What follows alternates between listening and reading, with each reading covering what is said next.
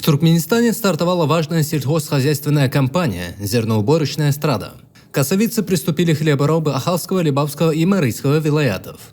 По доброй традиции, жатву на местах благословили почетные старейшины, вознеся Всевышнему молитвы о благополучии и процветании отчизны всего туркменского народа.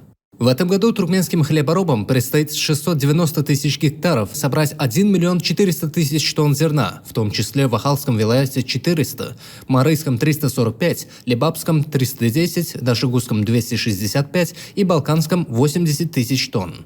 В Страде 2024 будут задействованы зерноуборочные комбайны, современная высокопроизводительная техника, которая, работая круглосуточно, поможет земледельцам быстро и без потерь собрать богатый урожай. Также в период жатвы будут работать сотни передвижных ремонтно-механических бригад. Для всех участников Косовицы созданы надлежащие условия для труда и отдыха, организовано выступление мастеров искусств, мобильные торговые точки.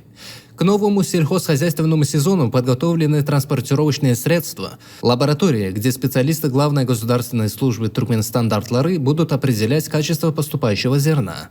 По случаю начала жатвы были организованы выставки сельхозхозяйственной продукции, хлебобулочных изделий, современной сельхозтехники.